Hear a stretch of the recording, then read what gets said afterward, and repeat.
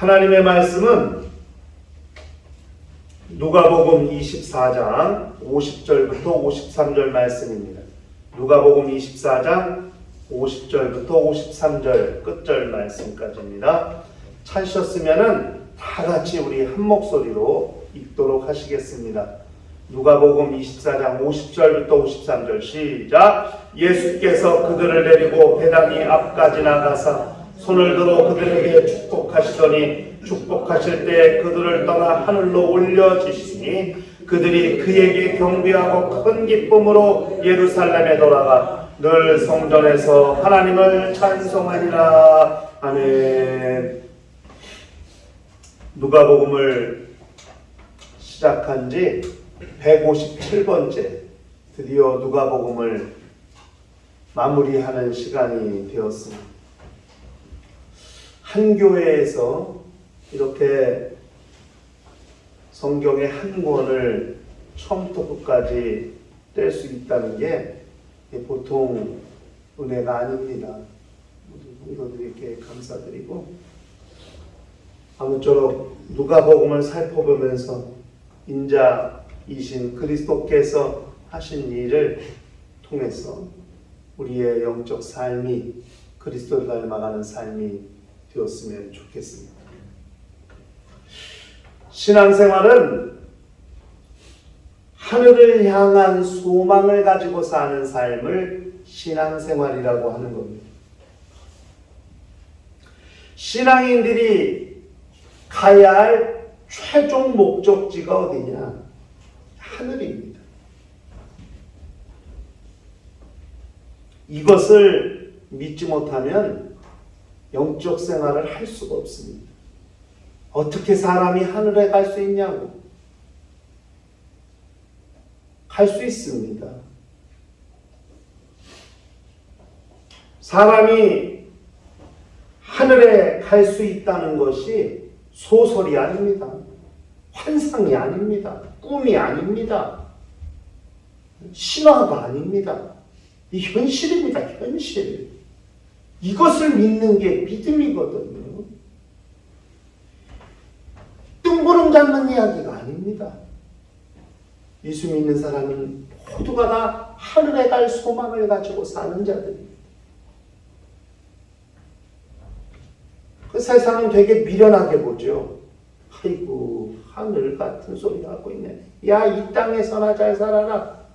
이렇게 무시를 당하기도 하고 사람들에게 손가락질 당하기도 해요.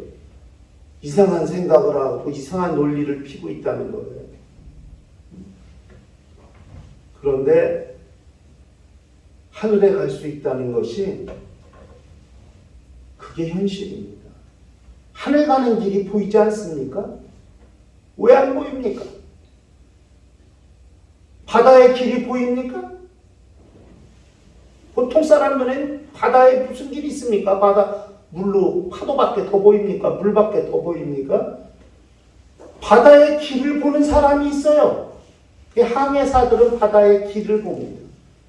해로라고 해서 해로. 그 해로를 따라 배가 다니는 거거든요. 아무렇게나 다녔다가 암초에 걸리고 위험하죠. 비행기가 나는 하늘에 길이 보입니까? 안 보입니다. 사람 눈에는. 그러나 비행기를 조종하는 조상사에겐 길이 보입니다. 여러분, 비행기 타면은 의자 앞면에 화면에 비행기가 가고 있는 길이 나오죠? 그걸 항로라고 그러죠. 그 항로를 이탈하면 큰일 납니다. 왜 영원한 하늘 가는 길이 없습니까? 분명히 예수께서 내가 길이요 나로 말미암지 않고는 아버지께로 올 자가 없느니라. 주님 그렇게 말씀하셨습니다. 예수가 하늘 가는 길이십니다. 그를 통하지 않으면 하늘나라 갈 수가 없습니다. 그래서 예수 믿으라는 겁니다. 예수를 믿어야 하늘에 갈 수 있다. 이게 하나님이 정해놓은 법칙입니다. 세상에 법만 있습니까? 교통법규만이 법입니까? 하늘 가는 방법에도 법이 있습니다. 예수를 믿어야 되고 그분을 통해야만 하늘에 갈 수 있다 하는 것을 우리가 기억할 필요가 있습니다.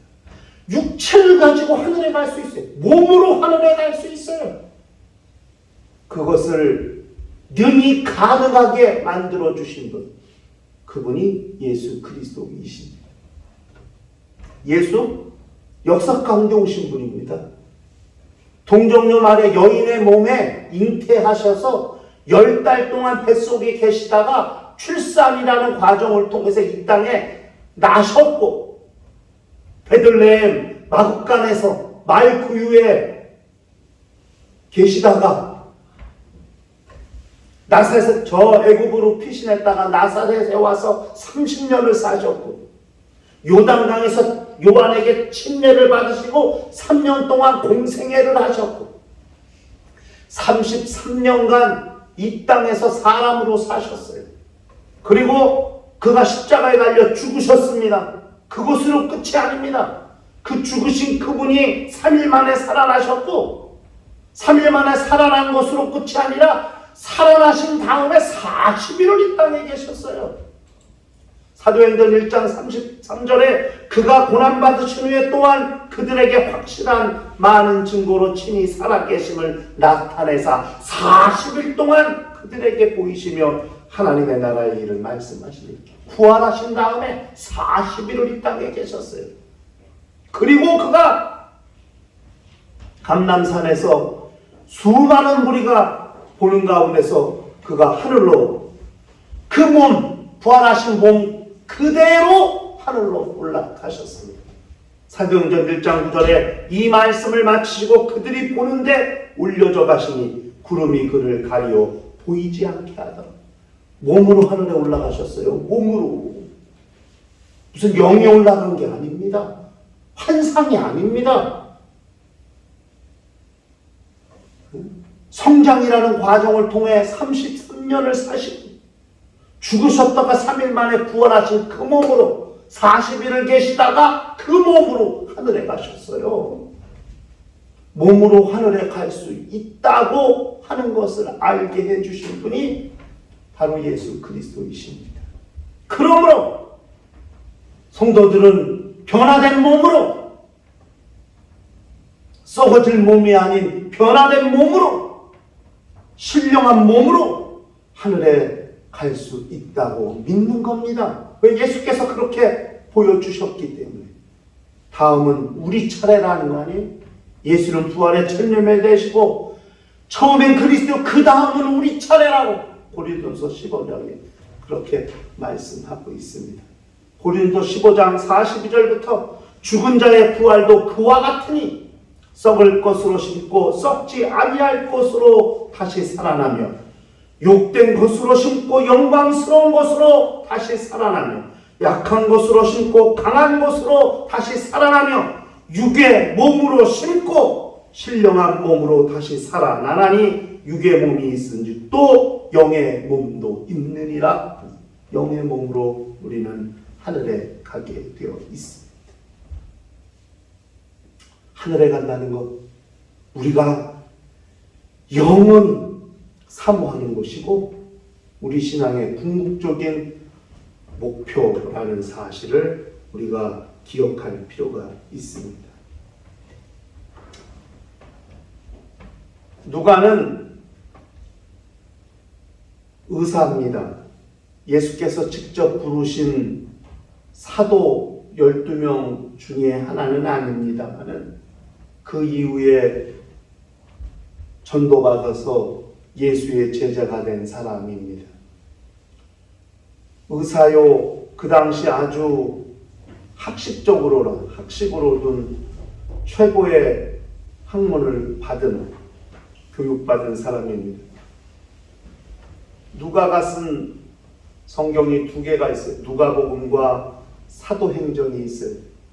누가복음은 예수께서 출생하셔서 사시다가 죽으시고 부활하셔서 하늘에 승천하실 때까지 기록을 누가복음으로 쓴 겁니다. 그걸 왜 썼습니까? 데오빌로라는 사람에게 보고하는 거거든요. 그리고 사도행전은 예수께서 부활하신 다음에 성령이 오셔서 이 땅에 교회가 세워지게 되고 사도 바울이라는 사람을 통해서 그가 어떻게 예수께서 승천하신 다음에 성령이 오셔서 이 땅에 교회가 세워지고 그 교회가 어떻게 전 세계로 확산되어 갔는지 선교라는 방법을 통해서 그 사건을 기록하고 있는 게 사도행전입니다. 누가의 1차 보고서가 누가복음이라면 2차 보고서는 사도행전입니다.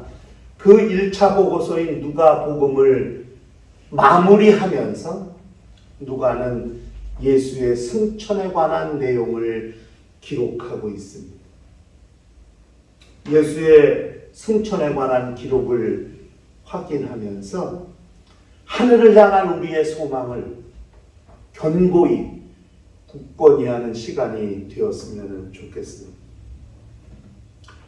예수의 부활 승천을 기록한 본문을 확인하면서 우리가 첫 번째 알 수 있는 것은 뭐냐면 예수께서 승천하시기 전에 제자들에게 축복하셨다는 말씀입니다. 여러분, 신기한 것은 예수의 공생의 3년 동안 예수께서 직접적으로 제자들을 축복하신 말씀이 단 한 번도 없어요. 7병이어의 이적 또는 5병이어의 이적에서 떡을 가시사 축사하시고 떡을 가시사 축복하셨다는 말씀은 있어요. 마가복음 8장 7절에 또 작은 생선 2마리가 있는지라 이에 축복하시고 명하사 이것도 나누어 주게 하시니 이적을 행하실 때 축복하신 말씀은 있어요.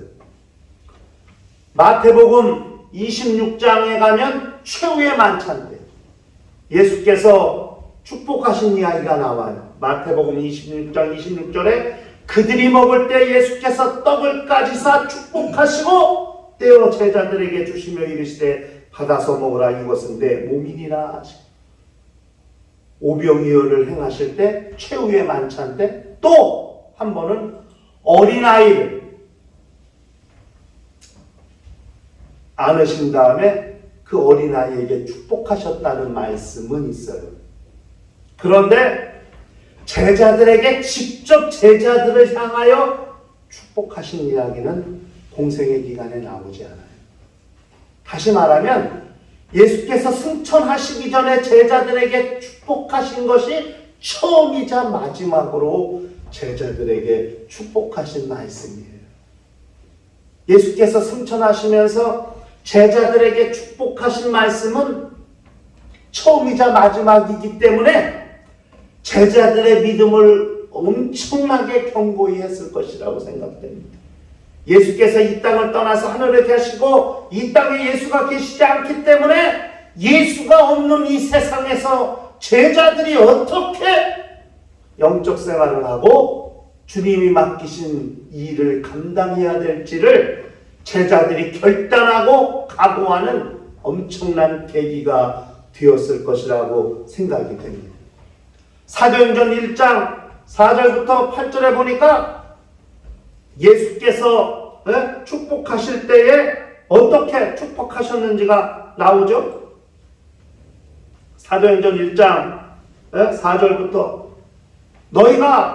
내가 너희에게 말한 바 약속한 것을 받기까지 예루살렘을 떠나지 말라. 그 성령 받을 때까지 예루살렘을 떠나지 말라는 거 아니겠어요? 그 다음에 성령이 마시면 너희가 권능을 받고 예루살렘과 유대와 온 사마리아와 온 유대와 사마리아와 땅끝까지 이르러 내 증인이 될 것이다. 성령을 받고 내 증인이 되라고 주님이 말씀을 마치신 후에 그들이 보는 가운데 산을 올려가셨다고 사도행전 1장 9절에 말씀했거든요.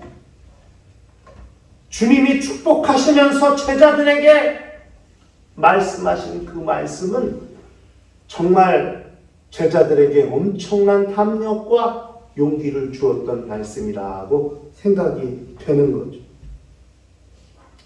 예수께서 승천하신 다음에 결과적으로 어떻게 했어요?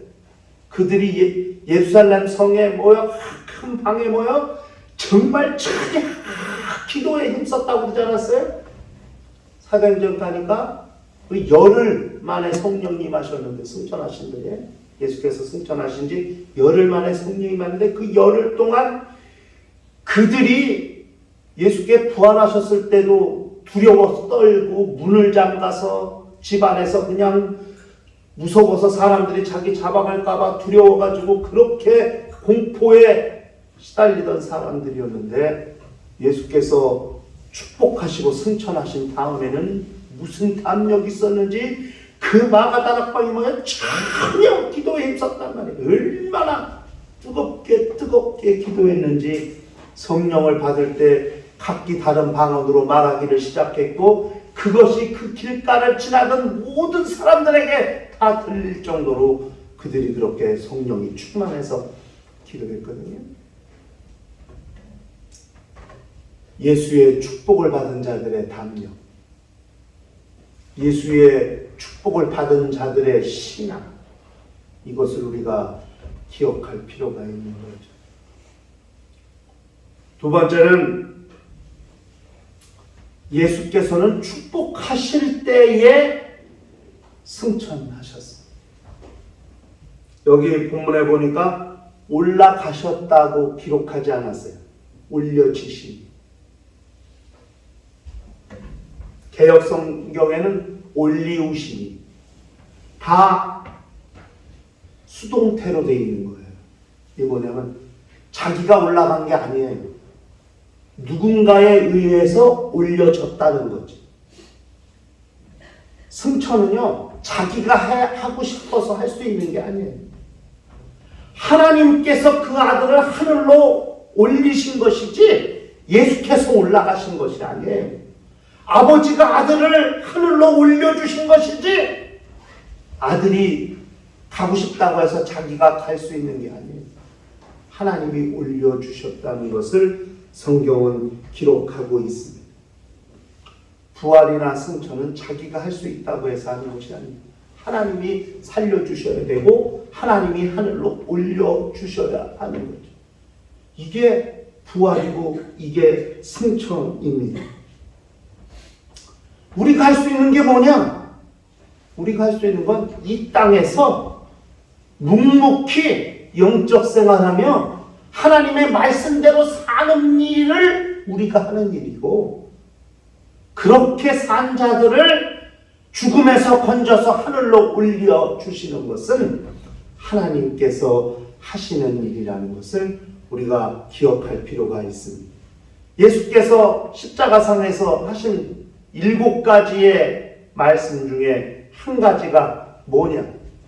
요한복음 19장 30절에 예수께서 신 포도주를 바치신 후에 이르시되 다 이루었다 하시고 머리를 숙이시니 영원히 떠나가시니 다 이루었다. 예수께서 죽으시기 전에 당신이 해야 할 모든 일, 아버지가 당신에게 맡기셨던 모든 일을 다 이루신 것. 이게 아들이 하신 일. 그래 아들은 죽으셨어요. 그러나 그를 죽음에서 살리시는 것은 아버지의 일이고, 그 죽음에서 살리신 일을 하늘로 올리시는 것도 역시 아버지의 일이죠. 하늘을 소망하는 자들은 하늘에 갈 수 있다고, 하늘에 뭐 내가 걸어갈 수 있어요, 날아갈 수 있어요. 하늘에 갈 수 있는 건 나의 권한이 아니에요. 하나님의 권한이지. 그러므로 우리는 하늘에 가고 싶다면 무엇을 해야 되냐?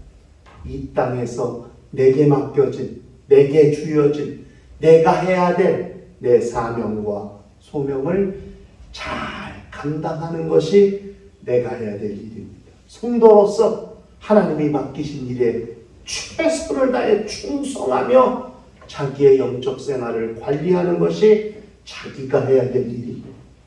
그런 자들을 하늘로 올리시는 것은 하나님이 하실 일입니다.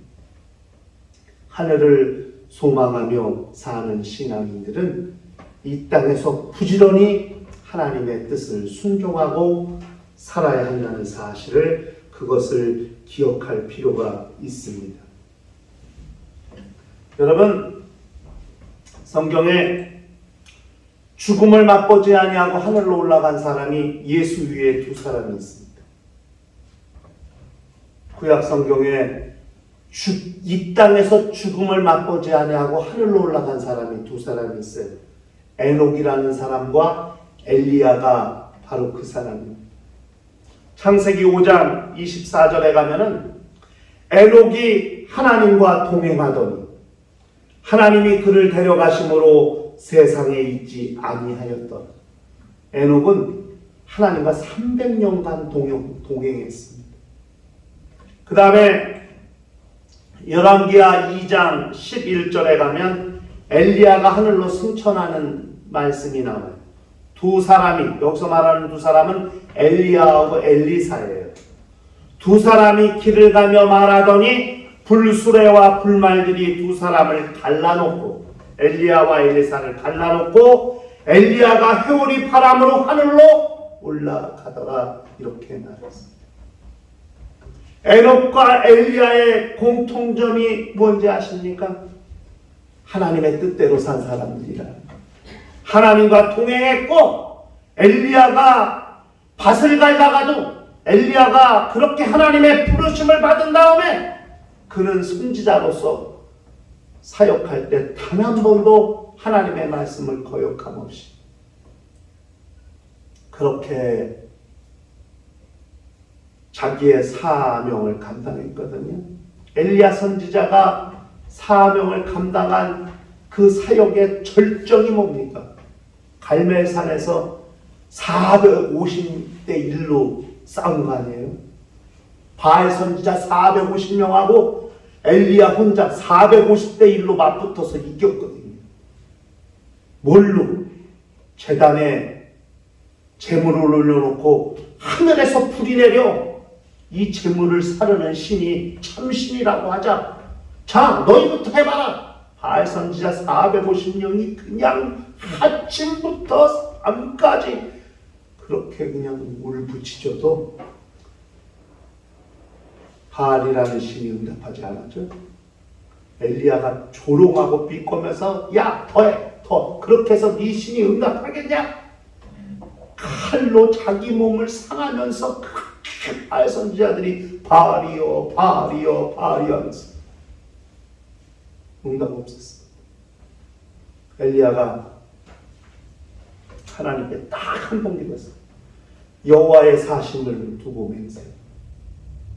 여호와가 참신인 것을 알게 하옵소서. 주여 불러 응답하소서.